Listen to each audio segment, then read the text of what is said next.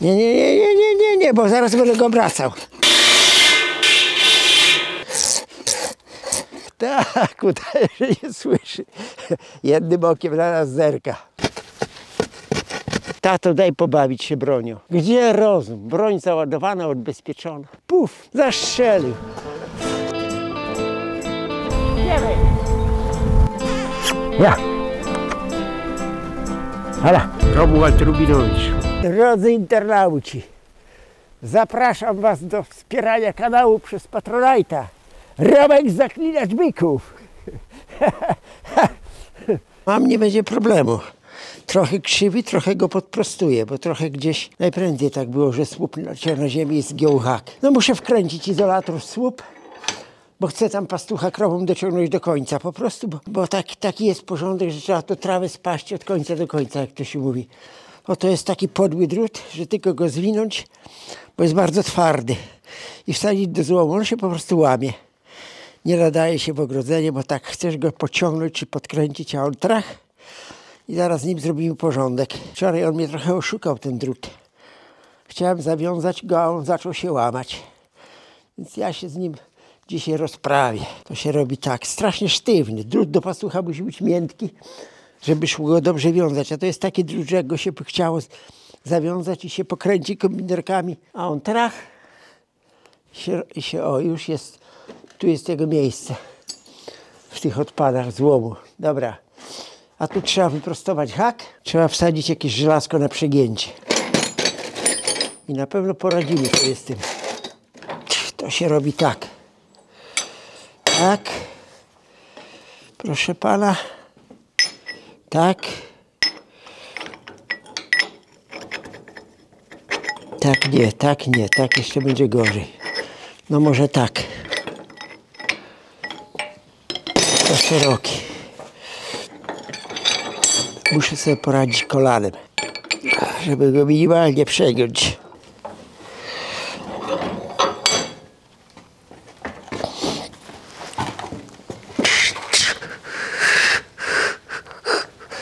Twarda cholera. On wróci. Trzeba snużki. Tak. Ale będzie lepiej niż było. Dobra, tak może być. Dobra jest.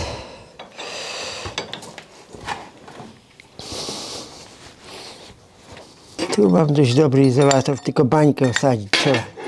A bańkę się wkręca na pakuły. Zaraz. Mam wiertło 15, zdobyłem. Tylko sięgnę go, nabiję go na wiertarkę i to pójdzie raz, dwa. Jak jest wiertło, to nie ma problemu.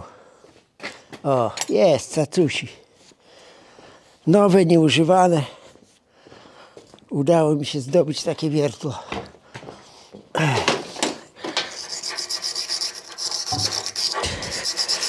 Trochę ten stożek trochę zerdzewiały, ale ono jest dobre, po prostu dobre wiertło. Widać, że było bardzo mało używane, bardzo mało.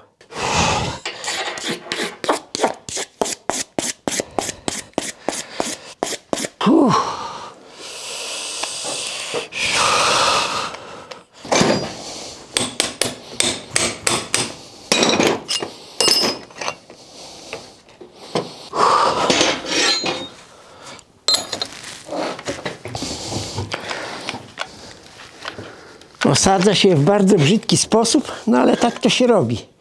Nie no, szkoda klina, szkoda klina. To najlepiej się robi na palecie.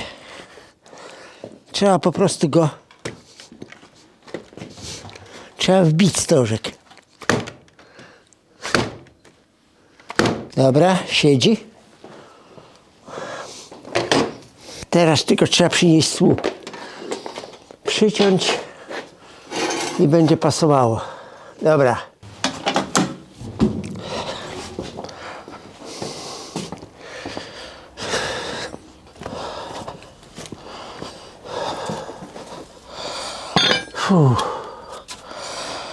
Tu jest taki. Tu jest taki. Tu jest taki. Kurde, ten jest strasznie gruby. Strasznie gruby jest, kurde.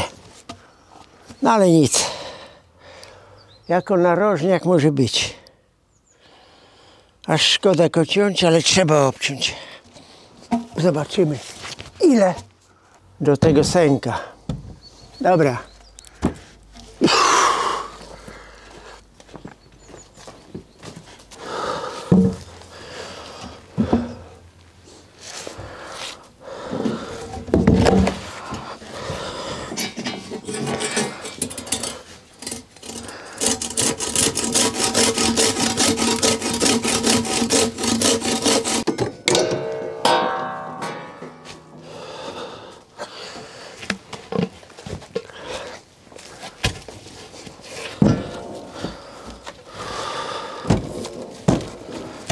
Dobra, te 3 nam starczą. Tu jeszcze jakiś jest jeden. Też go zaostrzyć, przyda się. No i to tam da się to opanować. Dobra, jedziemy.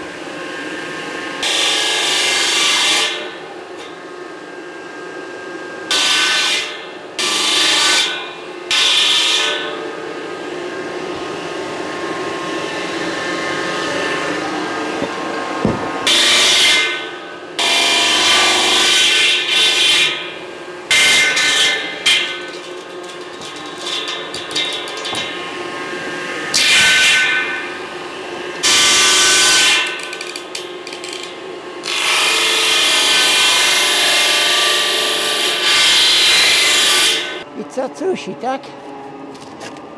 O, tego obrzyla jeszcze na deser, trzeba popiłować go na deser.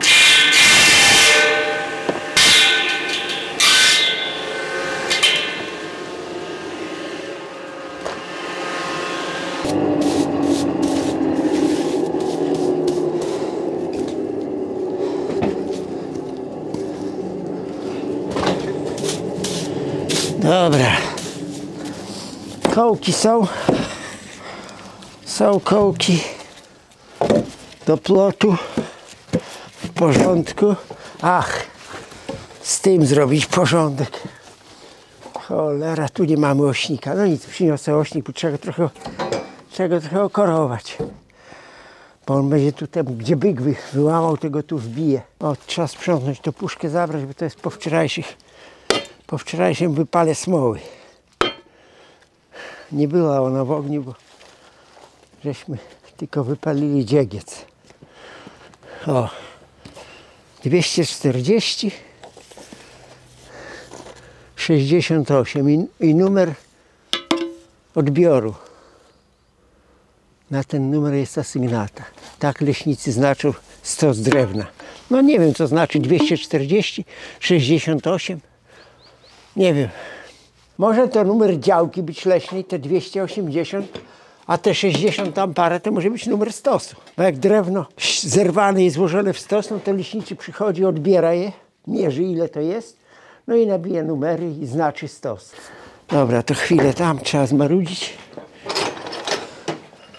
Tylko nie mam tam fartucha. Chociaż rękawicę trzeba wziąć roboczą, żeby kołka sobie w brzuch nie wbić. Pozaostrzony, ostro. Tak po to jest rękawica, żeby nie razić sobie tym kołkiem brzucha. W rękawicy nie przebije. Na pal. Tak jak Azję nadziewali na pal, no nie?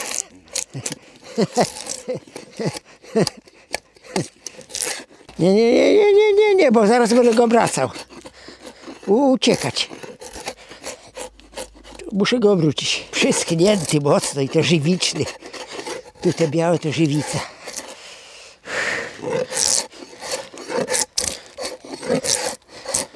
Najważniejsza ziemia.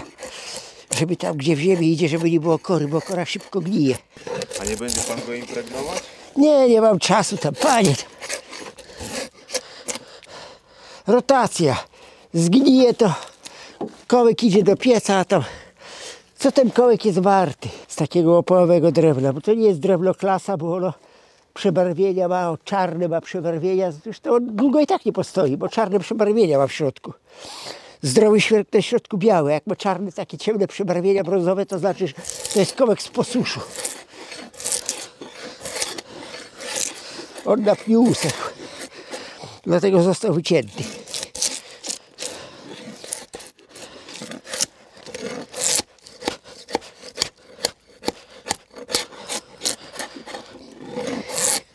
Przeważnie tak, że jest, że jak trawa jest stara, trawę się zaoruje, to trzeba płoty rozebrać, zlikwidować te pastuchy. No i wtedy kołki idą na opał, bo już nie warto ich. Chociaż żywic jest na nie.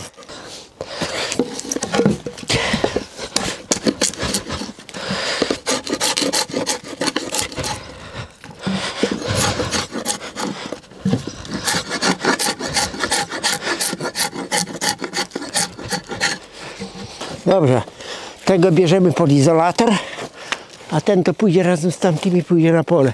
Na przyczepę pojedziemy na wózek. Ten masywny. Cholera, sęki. Będzie ciężko wkręcić. Bo sęki, straszne sęki.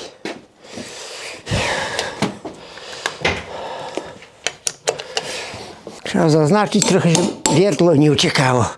To jest dobrodziejstwo wtyczek. Robią Chińczycy przedłużacze, a styki są tak luźne, że niech to jasny trafi. Ja powiem, niech to kat porwie.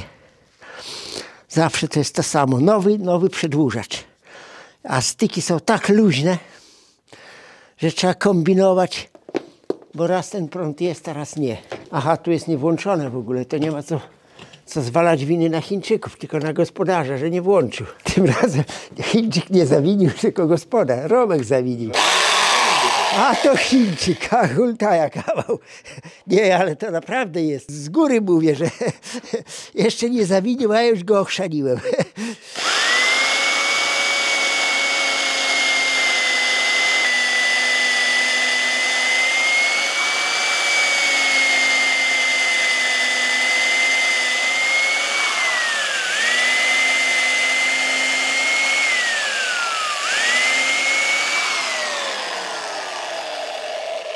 Hak jest dość gruby, a do tego jeszcze na nim jest korozja.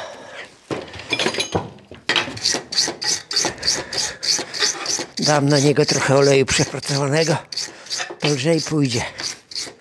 Ale to są mocne haki, bo już one nie jedno pastwisko widziały. Bo ja dlatego, że jak rozbieram kołki idę na opał, to wtedy tego haka nie likwiduję, tylko po prostu wykręcam go, no i tam w szopie gdzieś go się rzuci. Jeszcze się przyda, jak to się mówi. Trochę go olejem potraktować. Dobra, się rozejdzie. Pójdzie czy nie pójdzie? Oho. Powinien iść. Powinien iść. Trzeba troszeczkę na samym brzegu, żeby on złapał.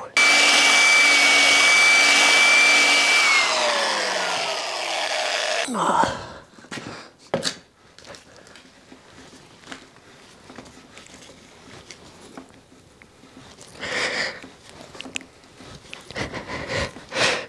To tempo idzie, tempo. Ciężko będzie wkręcić. A młotkiem się tego nie wbije.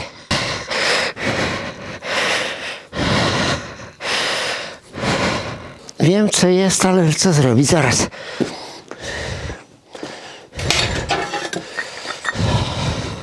No zobaczę, może ten lepiej pójdzie. To bańkę się nakręci, kawałek szmaty. Może ma lepszy gwint, bo i tak może być. Machnę go szczotką, bo to jest ten sam wymiar, ale nie wiem dlaczego ten drut był tu nakręcony i po co, do czego. Złośliwie. No takie jakieś tam. Może ma lepszy gwint. Ja myślałem, że on tak pójdzie ładnie, a on mnie oszukał. Jeszcze spróbujemy ostatni raz. Nie, nie ma szans. Złośliwość. Cholera jasna. Życiowe, no żeby cię jasny. Jakby było, wie pan, nakrętka nakręcona.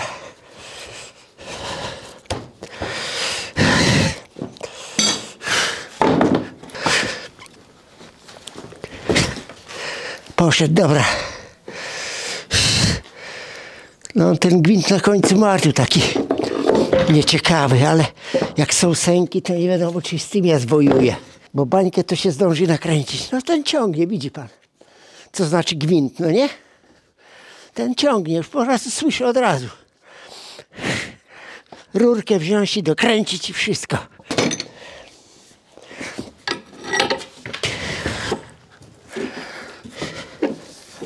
Ten ciągnie jak głupi. Aż miło, idzie. No co to znaczy gwint? Na końcu ma gwint z tego. Słabiutki. Trzeba by narżnąć, po prostu narżnąć pilnikiem, czy... Zamiast paku trzeba nakręcić na hak, bo izolator przecież porcelana się nie nakręci, no bo to jest nie porcelana, tylko porcelit, tak zwany porcelit. Nie nakręci się go na metal, bo tam jest tolerancja luz, jest, on też tam ma gwint, ale po prostu jest, otwór jest większy po to, żeby było miejsce na pakuły. Bo jakbyśmy wkręcali go na ciasno, jakby był tak dopasowany, to porcelit by po prostu pękł. W naprężeniu z stykiem dokręcić siłą i na metal, niestety porcelit by pęka. Tak pakuły zrobią, to jest zamiast paku. Co za dużo jest, to się obcina. Kiedyś był mundur. Kiepski to był mundur. Ale trochę służył. Akurat dobra. I zobaczymy, co to pokaże nam.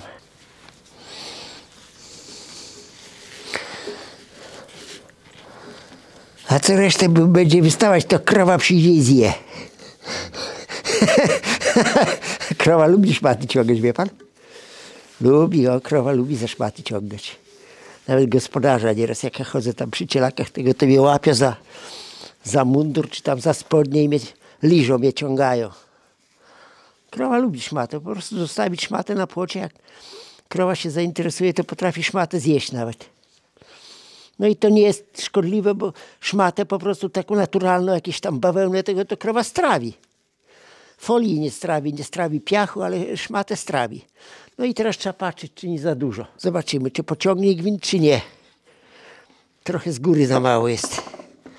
Tu jest za mało, żeby tu nie skruszyło nam. Tak to się robi. Proszę pana. I banieczkę dokręcić. Ciągnie. Ciągnie, aż piszczy.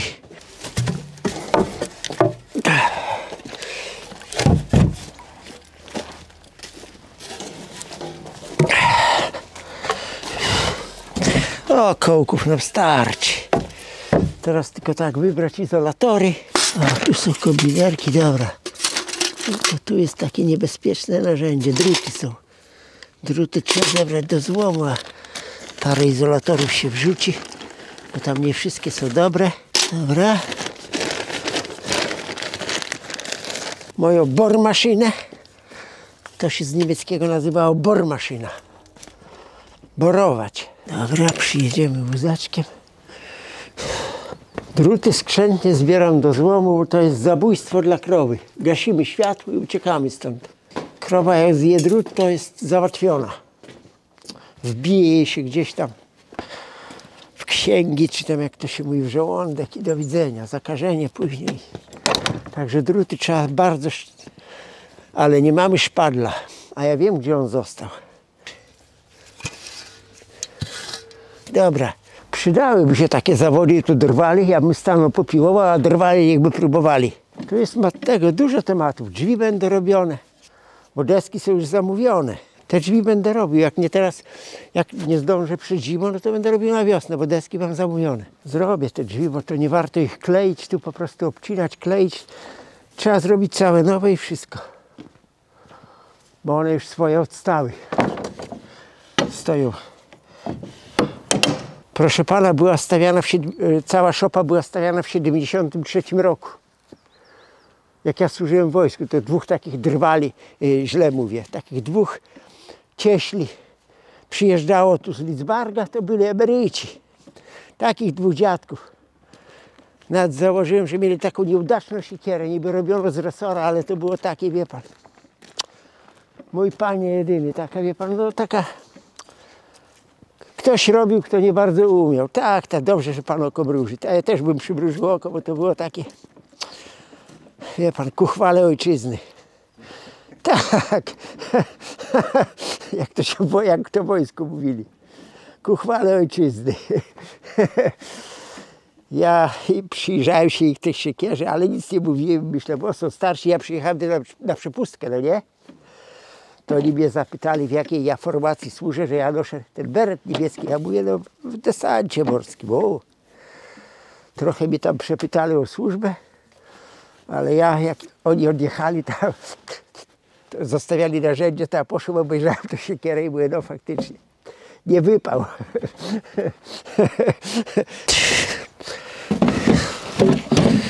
Stój, stój, stój, stój, stój. Stój, czego się przechylasz?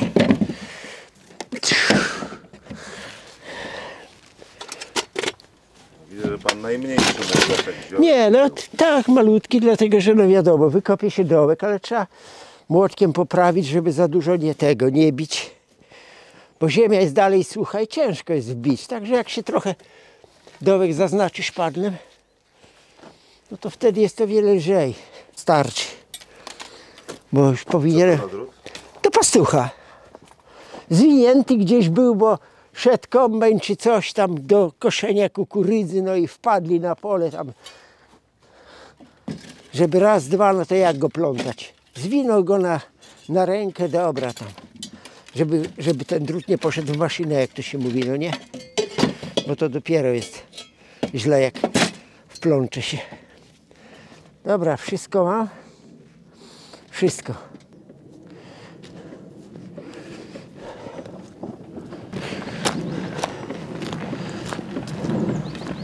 Krowa już mówi dzień dobry. Ale one są mądre. Och, to są mądre bestie. Jak zobaczą, że ja z wózkiem zaraz będę tam przy płocie, a ja im puszczę tam później. Jak wbiję narożnik i naciągnę bok, to puszczę je. No dobra jest pogoda. I żeby się nie biedzić polem, bo polem się ciężko wózek ciągnie, bo na drodze jest równiej niż na polu. Tu uwaga, jest drut, to pojedziemy na dół i przejedziemy na poprzek. Tu nie ma prądu w tym drucie. O, Bysiu odpoczywa. Bysiu, Bysiu, Bysiu. Jakie to mądre. Zobaczy pan, jak wszystkie głowy wkierują się na nas. Patrzą, gdzie ja jadę. One kapują już, że ja idę pastucha przestawiać. Tu nowy palik, stąd było ogrodzone, tak jest. Wszystko się zgadza. Tak, tu były ziemniaki w zeszłym roku tym pasem od góry do dołu. No właściwie to nie od góry, tylko tam od tej bramy tam. A w tym roku były tam przy drodze, na końcu działki. Zboże było, mieszanka była zbożowa i trawa wsiana. Zboże się skosiło, zebrało się zboże i słomę. No i trawa, żeby normalnie były deszcze, to jeszcze szłoby wczesną jesienią to skosić na siano, no ale niestety. Widać, gdzie więcej wilgoci, tu na dole jaka koniczyna, no nie? Zielona, prawda? A dalej, no niestety. Od razu widać, bo tu na dole jest tak po prostu ziemia trochę mocniejsza, jak to mozaika. Tam wyżej jest ziemia, plamami jest łata gliny, łata piachu. Ale tu na dole taka jest mocniejsza ziemia i więcej wilgoci od łąki, od rowu. No, tu trawa duża. Trzeba się do wózka przyłożyć. I tu krowy od razu przyjdą tutaj, bo one są cwane. Jak się je puści, to od razu przyjdą, gdzie najlepsza trawa.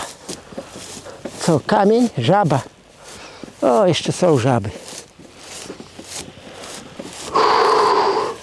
pan sam trochę jakby ciągnie ten wóz. No ciągnę, no ale dla tej roboty to nie warto byka zaprzęgać. Bo więcej by kosztowało roboty z nim się poszarpać, zaprzeć go i go tu skierować, niż ten wózek przyciągnąć. O.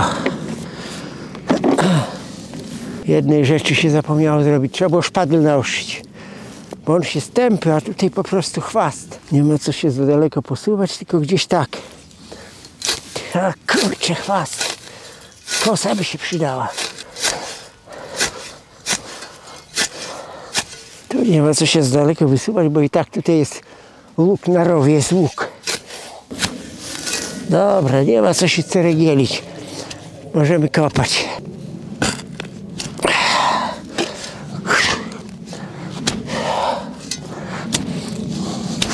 No i wszędzie jest kamień. Na dzień dobry. Kurde. Nie wzięło się szpilki, no. Kurczę.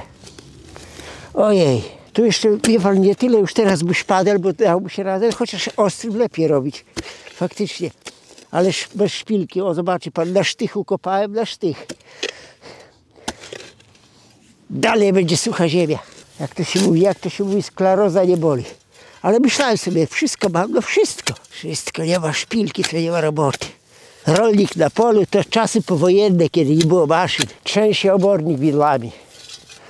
Obok drogą idzie paniusia z miasta, wystrojona, wymalowana i tak mówi: gnojarzu, która godzina? A chłop spojrzał w niebo i mówi tak: 11, paniusiu z miasta. Tylko że do tej paniusi to nie było paniusi, tylko on dodał bardzo brzydkie słowo na K. 11. Kobieta. Tak, kobieto z miasta, tak jest. Tak, brudny trzeba, tak. 11, kobietko z miasta. Już od razu dała mu szpilkę: gnojarzu. Dzień dobry, gnojarzu. Która godzina? Gnojarzu. Tylko tego nie kamerować, że idziemy, wracamy, zapomnieliśmy. Nie kamerować tego. Dobrze, że niedaleko, bo kiedyś było tak, miałem taki przypadek. Pojechałem bykiem pod Knipy, żeby go tam upalować na trawie, no nie? Sznury, pal, wszystko w domu. Proszę pana, a obroża, do której się zapina sznury,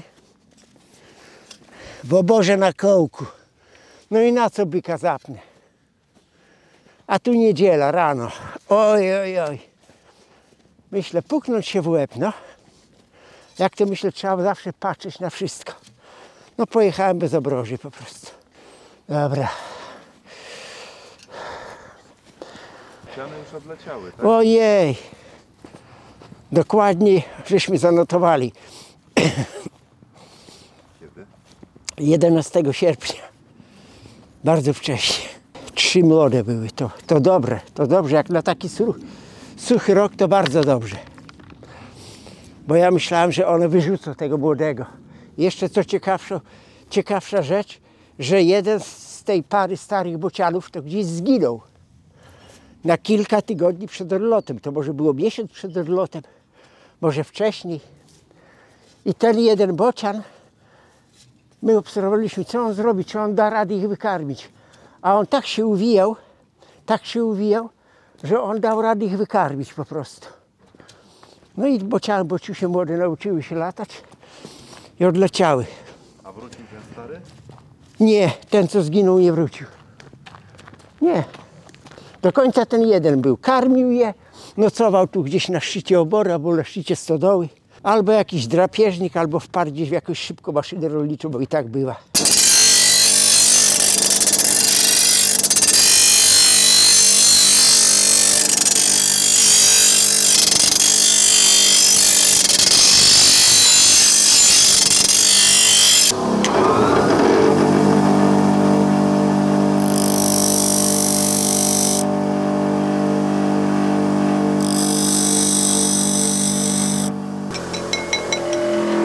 Da się zrobić, da się.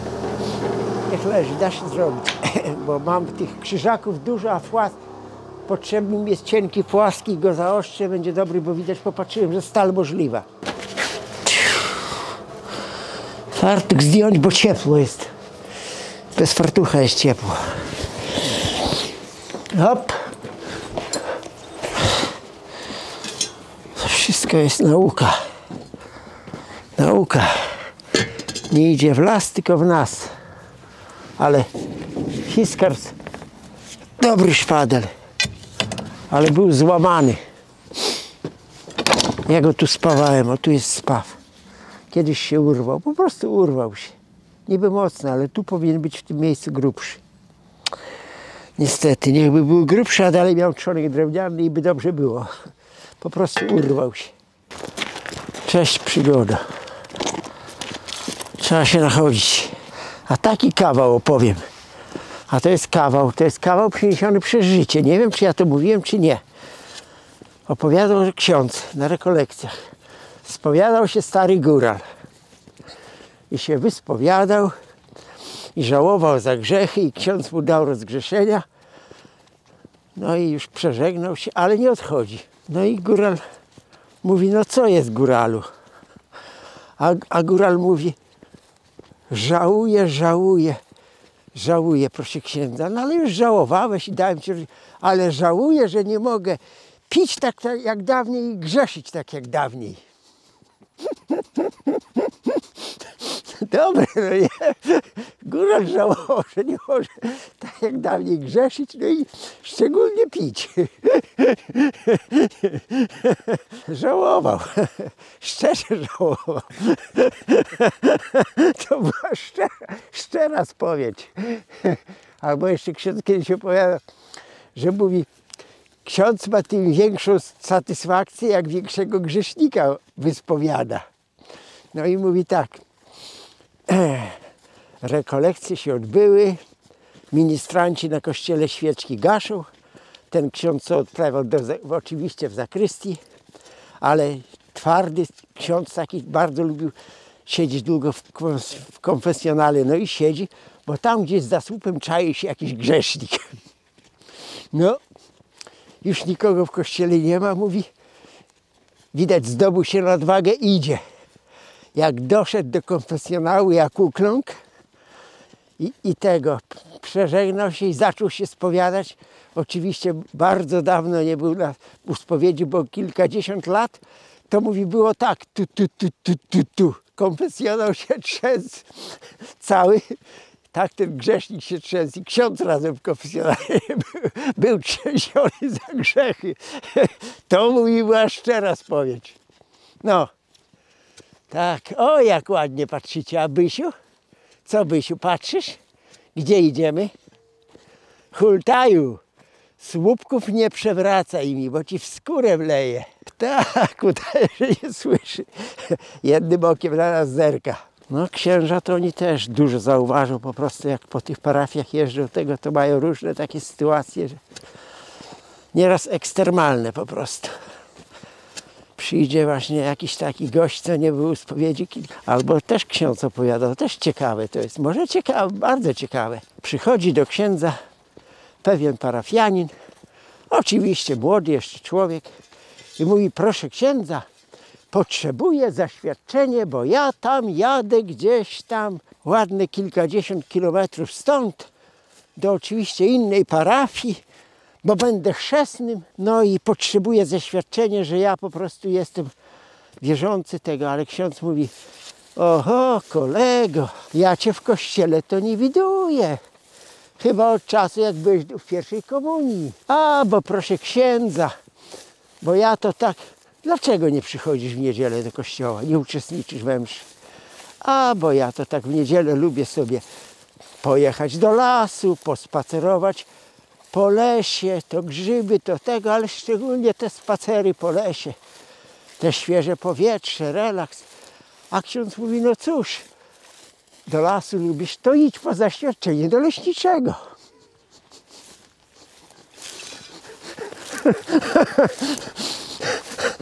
Tu dobrze było trafne, to idź do leśniczego. Ludzie w kościele buchnęli śmiechem, bo ja to słyszałem na własne uszy.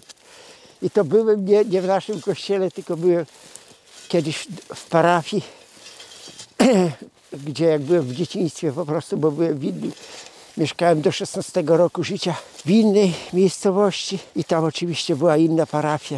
Kiedyś tam byłem, bo lubiałem tam czasem zajrzeć po kilkudziesięciu latach i tak trafiłem właśnie na takie piękne opowiadanie. Idź do leśniczego. Miał ksiądz... Dobrze ksiądz myślał, no bardzo dobrze. Poza jego jurysdykcją. Tak jest. Tak jest, tak. Trzeba dać mu zaświadczenie. Tylko nie wiem, czy ono będzie w drugiej parafii. Ważne. To jak ty możesz być chrzestnym, jak ty jesteś po prostu, no wprost poganinem jesteś niewierzącym, prawda? No lepiej, bo bez szpilki to bym się zapieklił. Bo szpadel ostry też nie, szpadel ostry na trawę dobry jest. Twarda, twarda, to nie ma nawet co tam mówić. Jakby nie szpilka, to nie idzie urwać. A to szpilka jest dość ciężka i ostra. No i dalej ziemia sucha jak... Sucha, popiół. Nasi latają po niebie, straszą ruskich. Penetrują nasz obszar powietrzny. Odstraszają ruskich. Nieczęsto, ale latają. Jeszcze trzeba wbić, bo izolator ma być na wysokości kieszeni. No ja tu nie leniłem się. No to trzeba, proszę pana, dobry sztych jeszcze. Izolator ma być tu. Tu. O, no nie sztych. Rozpiętość mojej małej rączki, palców. Tu twardo jest. Oj, nawet nie idzie słupka zaczepić. Tu może trochę miękciej. I to jest najważniejszy słupek, bo gruby. Bo cieńszy to łatwiej, prawda? Wystarczyłoby trochę grzebnąć szpadlem, szpilką zrobić dziurkę niedużą i by poszło. Jak się grodziło ogrodzenia pod ten drut kolczasty, to się dopiero kopało. Dołki na 70 centymetrów. Stawiało się mocne dębowe słupy i trzeba było dobrze naciągnąć co najmniej 3 kolczaste druty. I tak krowy jak zjadły trawę na pastwisku, to krowa lazła karkiem w ten drut, sięgała trawa, jak był drut słabszy, to potrafiła go urwać, górny zerwała, przez dolny szła, porwała sobie wymie i była wesoła śpiewka. Zlikwidowałem to, tam jeszcze jest na górze jeden, ale to nie groźny, bo tam leci drut od pastucha. Będę musiał go zdjąć też. Nieraz tak było, że krowa sobie porwała szczyki. No co jest kieszeń? Trochę wygórowana, ale to dobrze, zrobimy to tak. Na środku się zrobi dziurkę, szpilką się trochę zagłębi.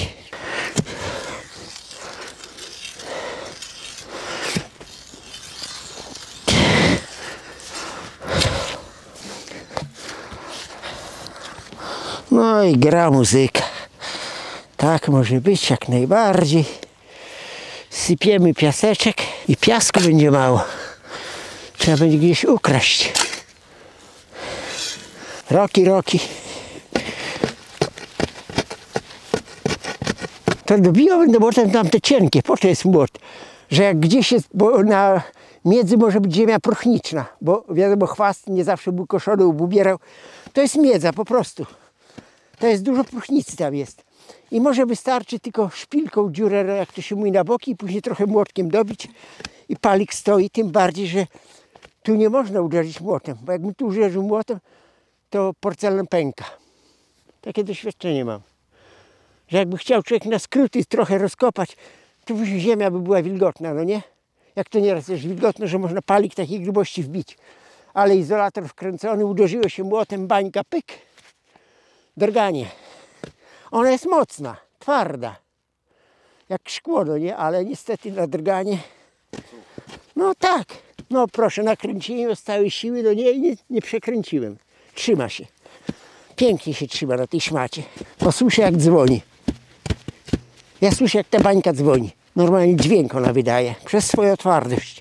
Jeszcze opowiem taką przygodę. Jak to wracałem przez las. To działo się w Pomorowie. No tam miałem babcię. To była stryjenka. Ze strony ojca stryjenka. Stryj i stryjenka.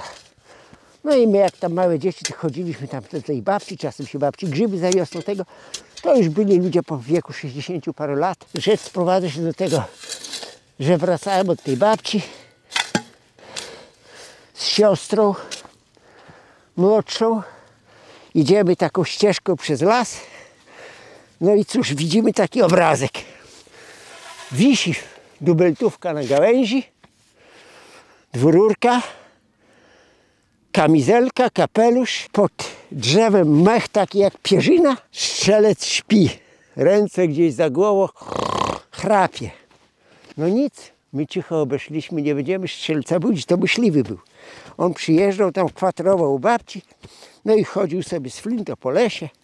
To był koniec sierpnia, polował na kaczki dzikie, bo tam były niedaleko były takie duże, to był staw, to takie było torfowisko wielkie kopane. Ja mówię do jednego chłopaka, wiesz, widziałem jak strzelec śpi i flinta na gałęzi. Wie pan jaki on numer wyciął, ten chłopak? Czaił się tam ileś, zauważył, że strzelec idzie, a on lubił sobie widocznie w tym lesie pospać. No i widocznie trafił na tego strzelca, że ten strzelec śpi pod tym drzewem. Ale był cwany chłopak. Dubeltówka wisiała lufami do góry, odbezpieczył i pociągnął za spust i w nogi. Dubeltówka wywaliła. Strzelec się zerwał na nogi, nie wiedział co się dzieje. Strzał, a chłopak wiał przez las, tylko krzaki trzeszczały. Czyli miał chłopak poczucie humoru. Wystrzelił mu na pobudkę. A krzyczał za nim, ty łobuzie, ja cię dopadnę. A chłopaki mieli poczucie humoru.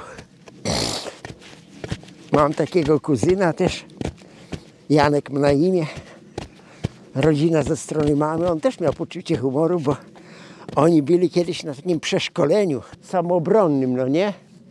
No i tam porucznik wojska polskiego tłumaczy im tam, daje im taką lekcję. Obok leży jego plecak i leży rakietnica.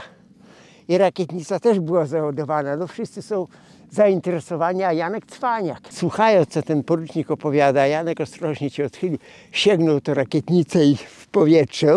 Ona też głośno strzelała. Strzelił tę rakietę.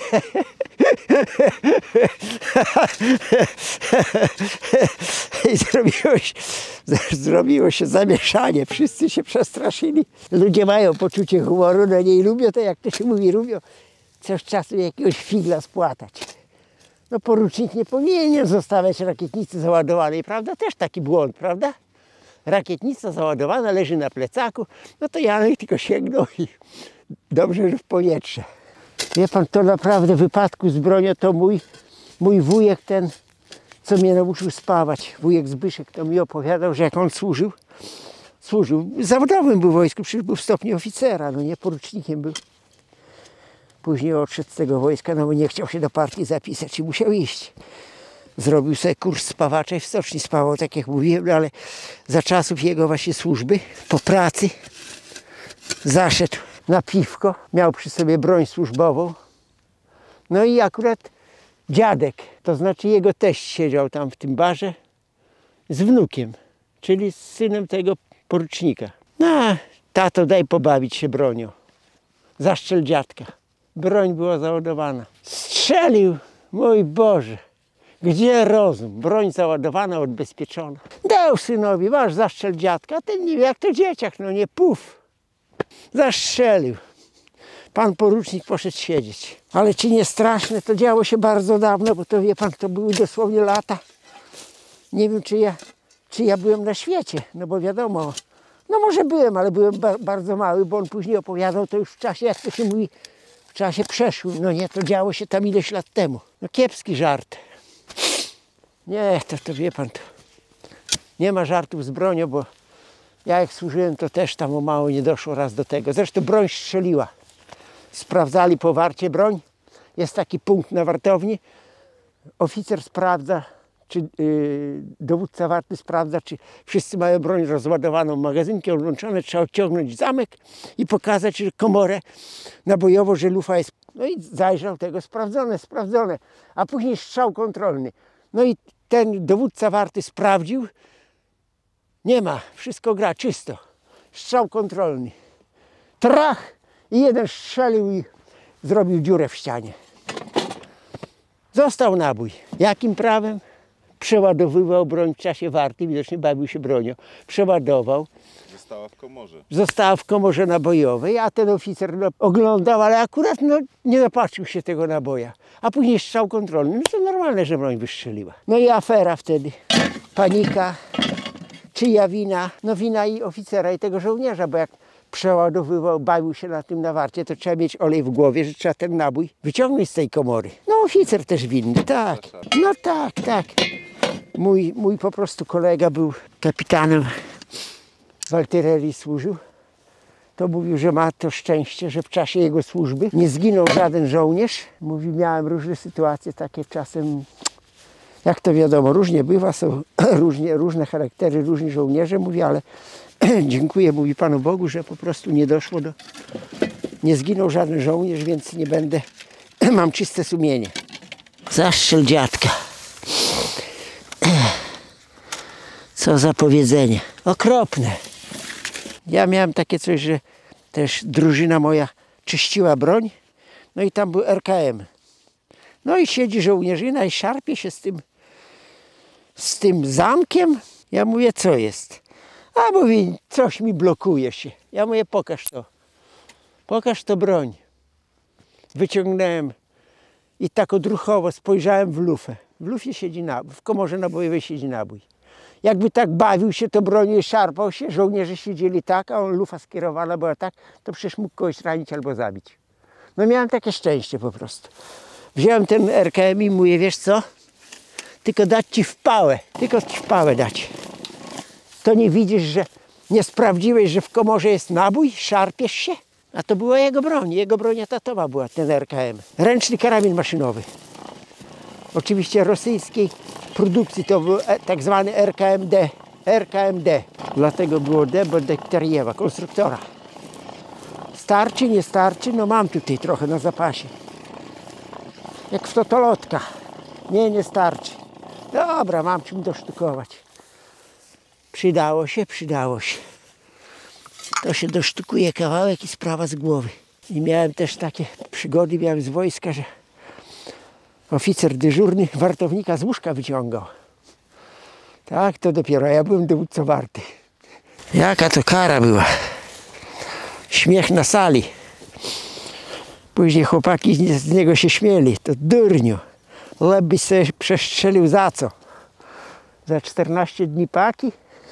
Wyjdziesz do cywila i będziesz śmiał się.